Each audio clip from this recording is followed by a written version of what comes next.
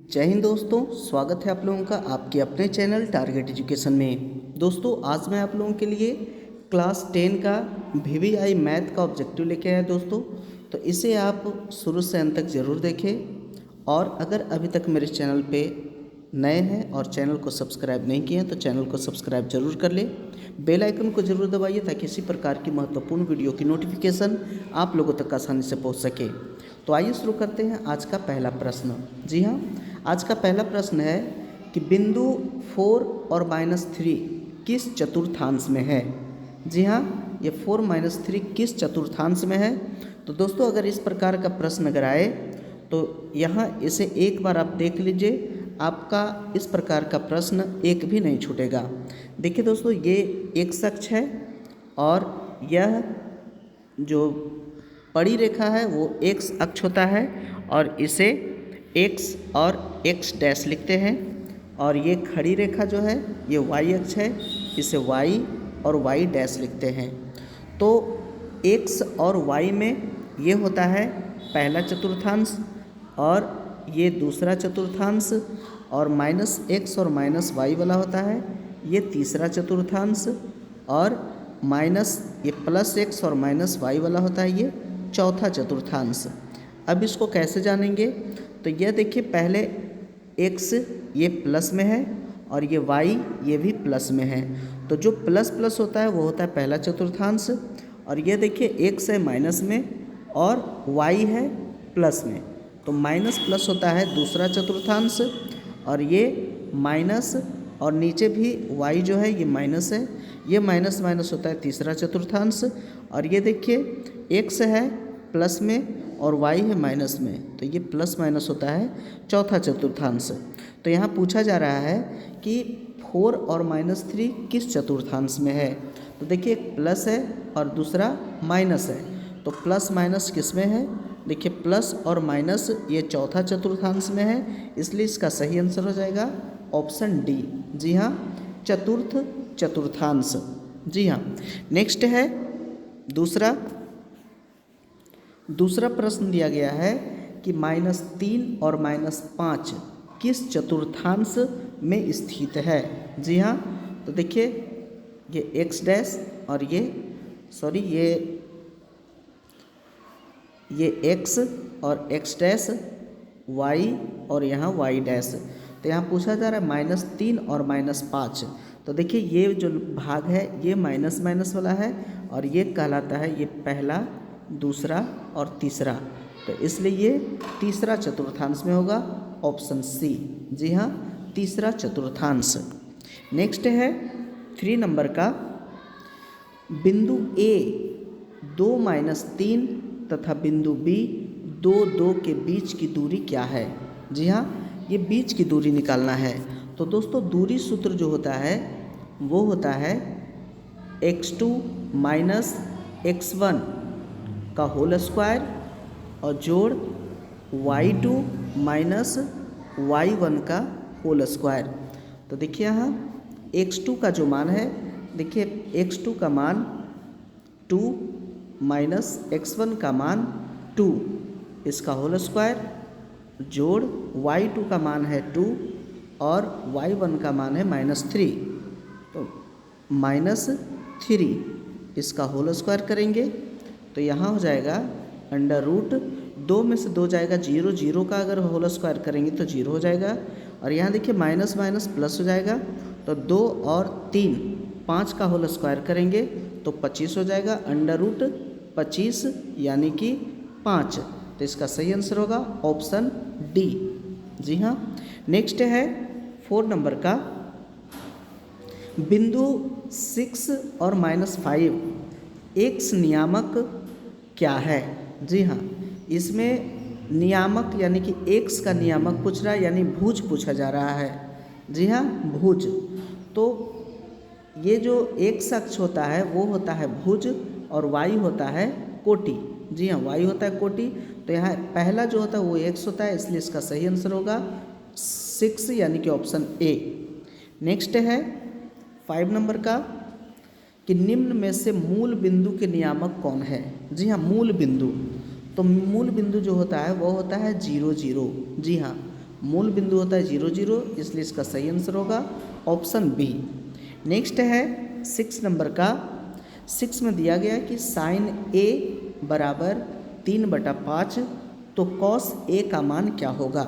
जी हाँ, साइन ए बराबर 3/5, यानी कि साइन ए बराबर होता है लंब बटा कर्ण। जी हाँ, साइन ए का मान होता है लंब बटा कर्ण। साइन ए बराबर दिया हुआ 3/5, यानी एक जो है वो लंब है और दूसरा 5 जो है वो कर्ण है। तो इसमें पूछ रहा है कि कॉस ए का मान।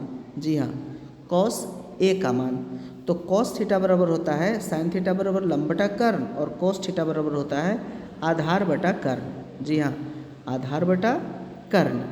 तो यहाँ देखिए कि कर्ण दिया हुआ है 5, लेकिन आधार दिया हुआ नहीं है, तो आधार इसमें निकालना होगा।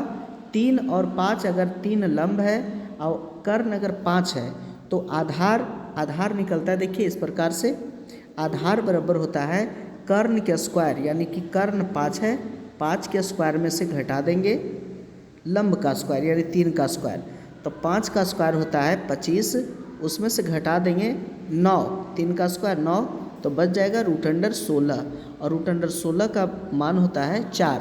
तो इस प्रकार से हमें आधार प्राप्त हो जाता है 4। तो यहाँ आधार कॉस ए बराबर आधार बटा कर्ण यानी कि 4/5। तो यहाँ 4/5 देखिए ऑप्शन बी है, इसलिए इसका सही आंसर होगा ऑप्शन बी। नेक्स्ट है 7 नंबर का। दोस्तों इसमें जितने भी प्रश्न हैं वो सभी काफ़ी इम्पोर्टेंट है, तो इसे आप ध्यान से देखें, यह 2024 एग्ज़ाम के लिए काफ़ी महत्वपूर्ण है। नेक्स्ट है 7 नंबर का। साइन 18 डिग्री बटा कॉस 72 डिग्री का मान क्या होगा। देखिए साइन 18 डिग्री दिया हुआ है, साइन 18 डिग्री बटा कॉस 72 डिग्री, कॉस 72 डिग्री।